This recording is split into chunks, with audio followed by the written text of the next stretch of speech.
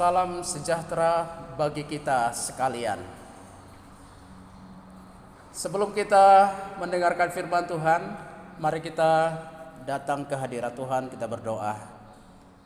Di hari Minggu pagi hari ini ya Tuhan, kami datang mengucap syukur kepadamu dan kami menyembah-Mu, memuliakan nama-Mu.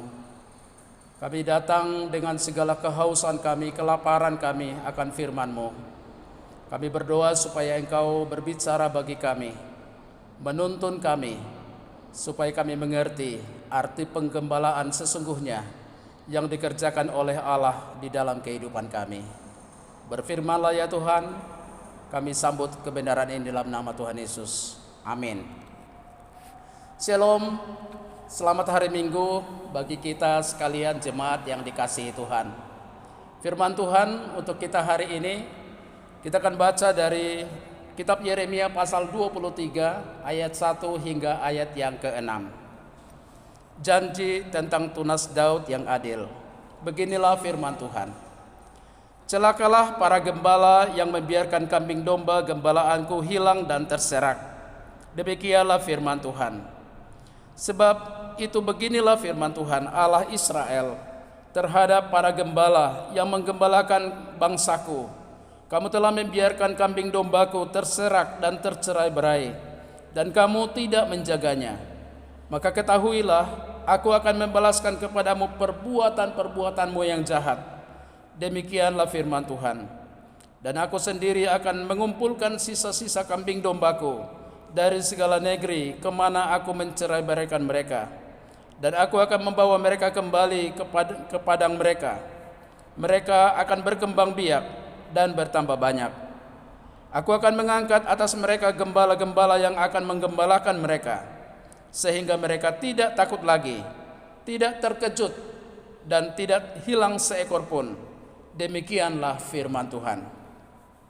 Sesungguhnya waktunya akan datang, demikianlah firman Tuhan, bahwa aku akan menumbuhkan tunas adil bagi Daud. Ia akan memerintah sebagai raja yang bijaksana dan akan melakukan keadilan dan kebenaran di negeri. Dalam zamannya Yehuda akan dibebaskan, dan Israel akan hidup dengan tentram.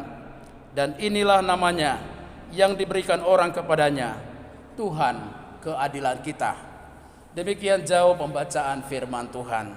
Yang berbahagialah kita yang mendengarkan dan melakukan firman itu dalam kehidupan kita. Tema firman Tuhan buat kita renungkan pada siang hari ini adalah menggembalakan dalam kebenaran.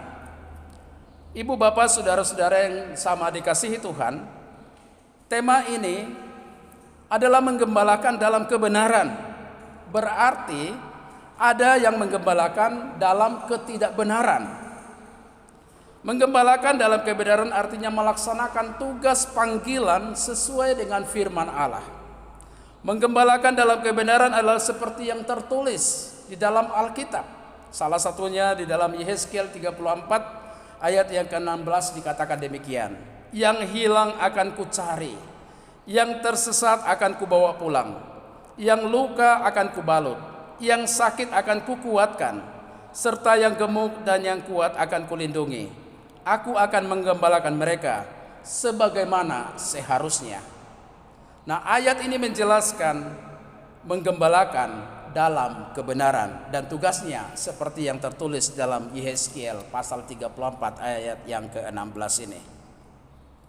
Tugas utama gembala domba adalah memelihara domba-dombanya dengan jalan memimpin mereka untuk mencari makanan dan minuman.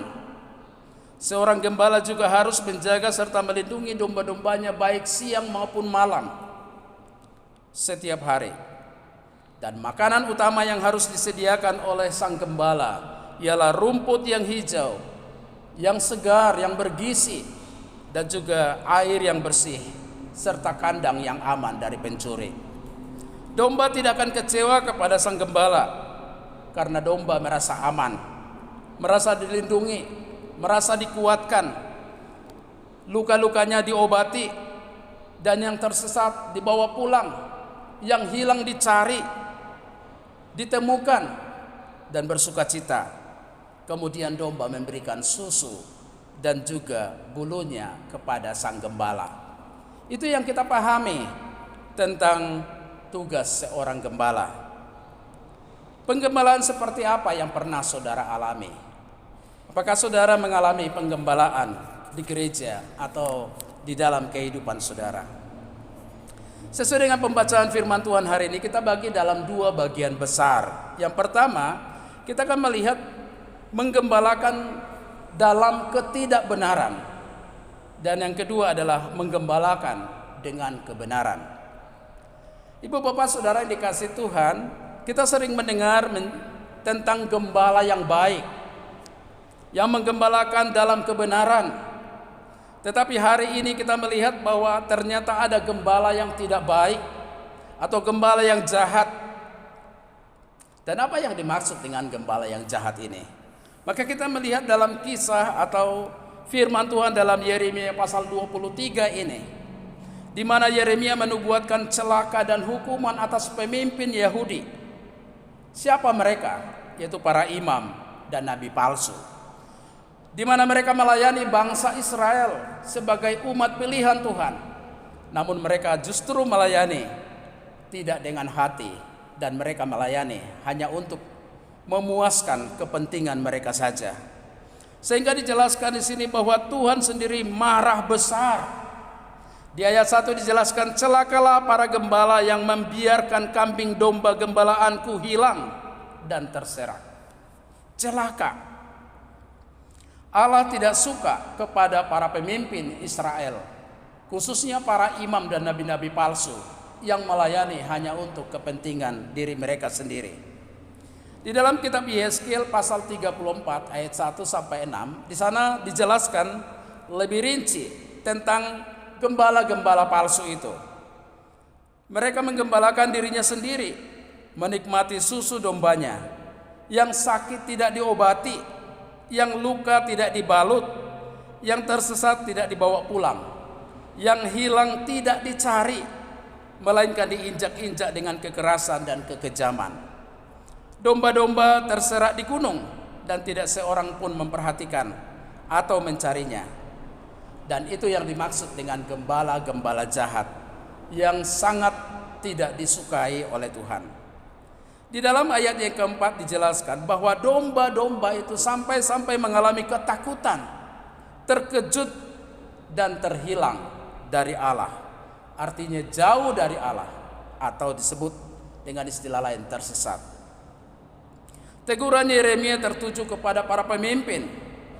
Ketika Nabi Yeremia dipanggil dan ditetapkan menjadi nabi, ketika itu Israel sedang murtad kepada Tuhan. Dijelaskan dalam pasal 2 ayat 4 sampai 13. Apa yang membuat mereka murtad?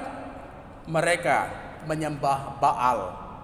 Mereka mengikuti Baal.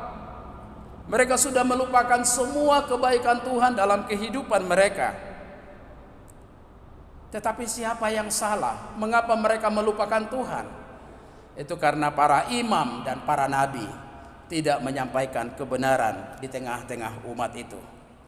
Maka memang ada juga istilah yang digunakan di dalam istilah gembala, gembala upahan. Gembala upahan bukan pemilik domba-domba. Bahkan ketika serigala datang, mereka akan meninggalkan domba-domba itu, lalu lari, karena perhatian mereka bukan tertuju kepada domba, tetapi tertuju kepada kepentingan pribadi mereka sendiri. Nah, itu yang terjadi di dalam kitab Yeremia ini. Mereka bukan gembala-gembala yang baik, tetapi mereka adalah gembala-gembala yang jahat, yang tidak melakukan apa yang Tuhan inginkan. Lalu yang bagian kedua kita melihat tentang gembala yang baik, lembut, dan yang menggembalakan umat dalam kebenaran. Ibu bapak saudara dikasihi Tuhan, kita melihat bahwa Allah adalah sebagai gembala.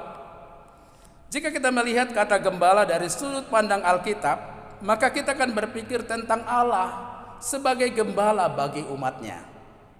Jika perhatikan dalam Alkitab Perjanjian Lama, di dalam Mazmur pasal 23 ayat 1 sampai 6, Daud mewujudkan Allah sebagai gembalanya. Daud menyadari hal itu karena ia sendiri adalah seorang gembala domba, sehingga ia tahu kewajiban seorang gembala.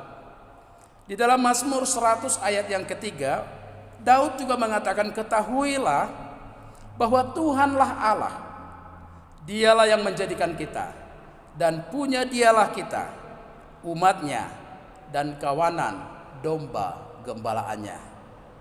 Perhatikan hubungan antara gembala sebagai pemilik dan domba sebagai orang-orang yang dicintai, yang dikasihi oleh sang gembala itu. Sebagai gembala, Allah mendengar, Allah membimbing, Allah menyertai, Allah menghibur dan mengumpulkan kawanan dombanya. Itu sebabnya pemazmur dapat berkata bahwa Tuhan adalah gembalaku, takkan kekurangan aku. Dia tahu persis kalau Tuhan adalah sang gembala dalam kehidupannya, maka dia tidak akan pernah kekurangan suatu apapun, karena dia tahu Allah lebih daripada apapun juga. Memiliki Allah sudah memiliki segala sesuatu. Lebih jauh lagi di dalam kitab Yesaya pasal 4 ayat 2 sampai 6 dikatakan bahwa peran Allah sebagai gembala yang baik bagi umat Israel. Allah sekaligus gembala yang selalu mendengarkan keluh kesah umatnya, dan dia bertindak untuk membebaskan mereka dari setiap persoalan yang dihadapi. Maka Allah disebut sebagai seorang konselor agung yang siap menjadi tempat curahan hati umatnya. Maka kalau kita perhatikan di dalam 1 Samuel ada seorang Elkana yang berdoa kepada Tuhan dengan mulutnya kami memohon keturunan kepada Tuhan, dan Tuhan mengabulkan doanya karena Tuhan mengerti apa artinya sebuah pergumulan di dalam dirinya. Maka kalau kita menceritakan segala pergumulan kita perihal pandemi COVID ini dan juga situasi ekonomi yang semakin sulit saat ini, maka Allah kita adalah Allah yang mengerti, Allah yang peduli, dan dia siap memberikan pertolongan kepada kita yang percaya kepadanya. Itu kita melihat Allah sebagai gembala. Yang kedua adalah kita melihat bahwa Tuhan Yesus sebagai gembala yang baik. Janji Allah dalam Yeremia pasal 23 ayat yang kelima sudah digenapi dalam diri Tuhan Yesus Kristus yang datang untuk mencari dan mengumpulkan domba-domba yang terhilang, yang tercerai-berai dan sesat, serta memberikan keselamatan kepada domba-dombanya. Janji ini telah digenapi di dalam diri Yesus Kristus. Dialah seorang gembala yang sempurna yang memberikan nyawanya bagi domba-dombanya. Kita memperhatikan di dalam Markus pasal yang ke-6 ayat 30 sampai 34 dan 53 sampai 56. Dijelaskan bahwa Yesus dan murid-murid ingin mengasingkan diri ke tempat yang sunyi supaya mereka bisa beristirahat. Namun usaha untuk beristirahat dari kelelahan itu tidak terjadi, karena ternyata ada begitu banyak orang mencari Tuhan Yesus, ingin bertemu dengan Tuhan Yesus, ingin merasakan jamahan daripada Tuhan Yesus. Ayat 34 dijelaskan, ketika Yesus mendarat, ia melihat sejumlah besar orang banyak, maka tergeraklah hatinya oleh belas kasihan kepada mereka, karena mereka seperti domba yang tidak mempunyai gembala. Yesus memiliki belas kasihan yang begitu dalam melihat orang mencari dia. Bagi Yesus istirahat itu penting. Ada juga waktunya lelah dalam pelayanan. Tetapi ketika itu Yesus lebih mementingkan orang banyak itu daripada dia pergi bersembunyi dalam kesunyian mencari peristirahatan. Mengapa Yesus melakukan ini? Karena Yesus adalah seorang gembala yang baik. Sebagai seorang gembala yang baik, tentu dia peka terhadap kehausan orang. Dia peka terhadap kebutuhan orang-orang yang sedang mencari dia. Padahal kalau kita melihat di dalam Markus pasal 5, pasal 6, Yesus begitu sibuk sekali dalam pelayanan. Dan dia ternyata mengabaikan kelelahannya demi umat yang membutuhkan kasih sayang dari sang gembala. Memang orang-orang Farisi dan ahli Taurat adalah gembala-gembala orang Israel, tetapi mereka sedang tidak melakukan tugas penggembalaannya dengan benar. Itu sebabnya umat itu mengalami kehausan akan kebenaran dan kehausan akan kehidupan yang lebih baik. Ayat 54 sampai 56 juga dijelaskan, ketika mereka keluar dari perahu, orang segera mengenal Yesus. Maka berlari-larilah mereka ke seluruh daerah itu dan mulai mengusung orang-orang sakit di atas tilamnya kepada Yesus, di mana saja kabarnya ia berada. Kemanapun ia pergi, ke desa-desa, ke kota-kota, atau ke kampung-kampung, orang meletakkan orang-orang sakit di pasar dan memohon kepadanya supaya mereka diperkenankan hanya menjamah jumbai jubahnya saja, dan mereka semua yang menjamahnya menjadi sembuh. Mengapa Yesus begitu terkenal? Mengapa Yesus begitu bisa sangat mudah dikenal oleh orang-orang pada zaman itu? Karena Yesus mengasihi mereka. Mengapa banyak orang ingin mengikuti Yesus? Hanya satu alasan, karena Yesus mengasihi setiap orang. Itu sebabnya Yesus ingin dijadikan sebagai gembala yang baik di dalam kehidupan mereka. Jika Yesus memilih beristirahat, maka mungkin ada banyak orang sekarat, ada banyak orang yang kehausan dan kelaparan akan terabaikan. Tetapi Yesus tidak memilih itu. Yesus sebagai gembala yang baik tidak ingin mengecewakan umat gembalaannya, dan dia ingin memberikan kepuasan kepada domba-domba yang sedang dia gembalakan itu. Maka Yohanes 10 ayat 11 sampai 15, Yesus berkata, "Akulah gembala yang baik." Ungkapan gembala yang baik diulang sebanyak 3 kali. Pengulangan ini jelas menunjukkan penekanan. Yang ditekankan bukan hanya kata gembala atau yang baik, tetapi keduanya.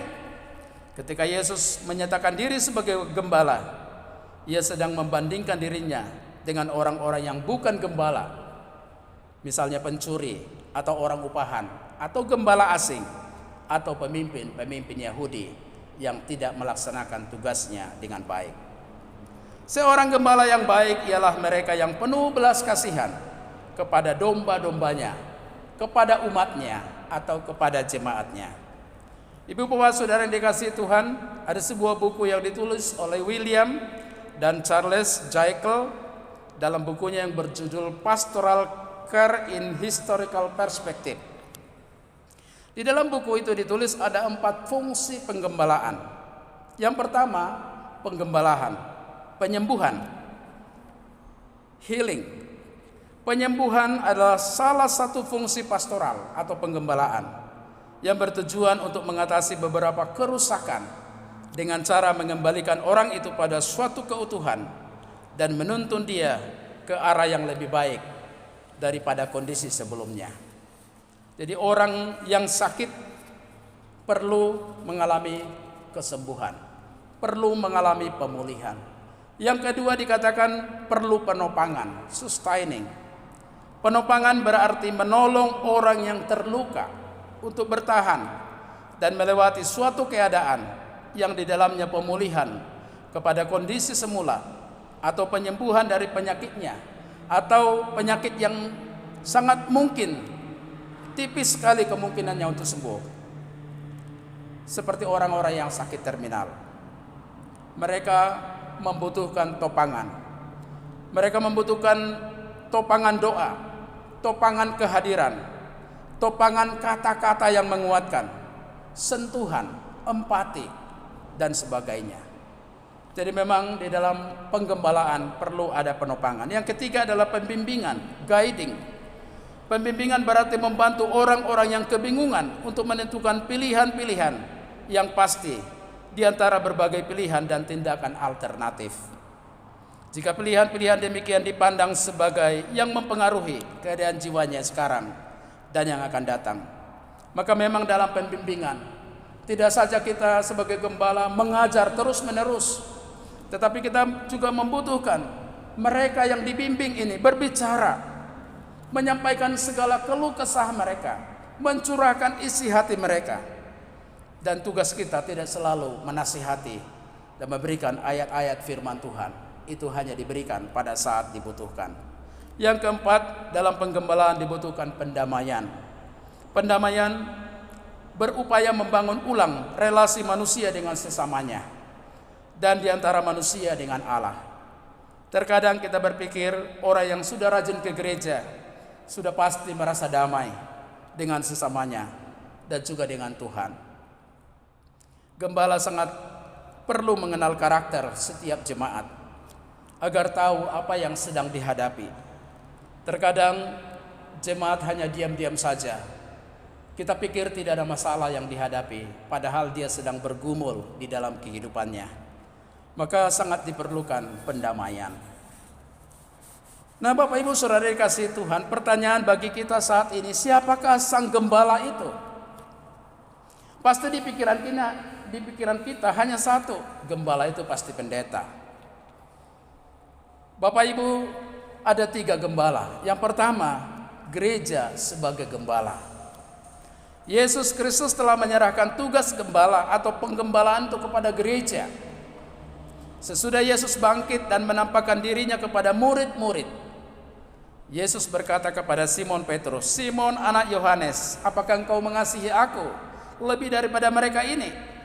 Jawab Petrus kepadanya, "Benar Tuhan, engkau tahu bahwa aku mengasihi engkau." Kata Yesus kepadanya, "Gembalakanlah domba-dombaku." Jadi guru, penginjil, pendeta, majelis, dan semua pelayan gereja adalah pengemban amanah penggembalaan dalam persekutuan gereja. Walaupun nama-nama mereka berbeda-beda seturut dengan kekasan panggilannya, namun fungsi mereka adalah sebagai gembala yang diutus Tuhan.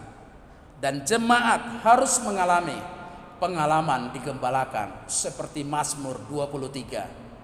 Sehingga memang tugas dan tanggung jawab para gembala di dalam gereja adalah tugas yang begitu berat. Terkadang pendeta dituntut bekerja sendirian untuk melakukan penggembalaan umat Tuhan. Tetapi seharusnya pendeta, majelis, jemaat harus bergandengan tangan untuk melakukan tugas penggembalaan di dalam gereja Tuhan. Karena kita semua adalah gembala. Gereja bukan gedungnya, gereja adalah orangnya. Yang kedua, siapa yang harus menggembalakan? Ternyata Bapak Ibu Saudara dikasihi Tuhan, jemaat Tuhan sebagai orang percaya adalah gembala bagi sesama kita. Di tengah pandemi Covid saat ini, semua warga gereja, orang percaya adalah gembala bagi sesama kita. Kita patut menasihati orang-orang dalam satu persekutuan. Rasul Paulus mengajak warga jemaat untuk saling menolong, saling menghibur, saling membangun di antara kawanan jemaat, dan harus sabar terhadap tiap-tiap orang. Firman Tuhan, kami juga menasihati kamu saudara-saudara, tegurlah mereka yang hidup tidak tertib, hiburlah mereka yang tawar hati, belalah mereka yang lemah, sabarlah terhadap semua orang. Perhatikanlah supaya jangan ada orang yang membalas jahat dengan jahat, tetapi usahakanlah senantiasa baik terhadap kamu masing-masing dan terhadap semua orang. 1 Tesalonika ayat 14-15. Nah, orang-orang percaya diminta untuk melakukan penata layanan sesuai dengan talenta dan karunia yang diberikan kepada kita, supaya kita menjadi orang-orang yang memberkati satu dengan yang lain di dalam kehidupan berjemaat. Lalu yang ketiga, ternyata orang tua adalah gembala bagi anak-anak mereka. Seorang ayah Kristen berkewajiban untuk memberikan kecukupan bagi anak-anak, mulai dari kebutuhan materi jasmani hingga kebutuhan materi rohani. Seorang ayah diperintahkan oleh Alkitab untuk mengajarkan firman Tuhan kepada anak-anaknya. Peranan pendidikan rohani anak kita bukan terletak di pundak gereja semata.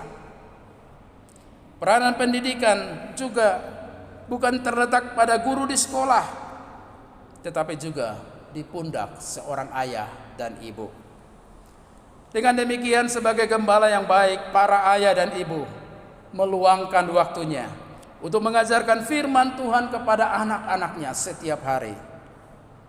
Seperti yang terdapat dalam Ulangan pasal 11 ayat 18 sampai 21. Di tengah kesibukan kita mencari nafkah, seorang ayah harus meluangkan waktu untuk mengajarkan firman Tuhan kepada anak-anaknya. Betapa pentingnya peran seorang ayah bagi komunitas masyarakat, gereja dan bangsa dan dunia. Ketika seorang ayah berhasil menjalankan fungsi penggembalaan dalam keluarga sebagai pengajar firman Tuhan, maka kerajaan sorga akan hadir di tengah-tengah keluarga dan di tengah-tengah bumi ini. Orang tua, ayah dan ibu tidak bisa proteksi anak ketika keluar dari rumah.